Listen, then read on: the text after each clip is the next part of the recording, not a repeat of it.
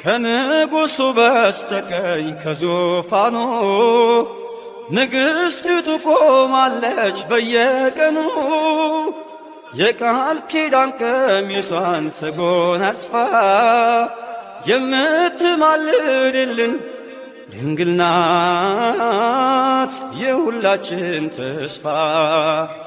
ከሰማዩ ከፍታ ከፍ ብላ ጽዮን በሰገነት ላይ ተቀምጣ ድንግል በክብር በግርማ ትኖራለች አጌጣ።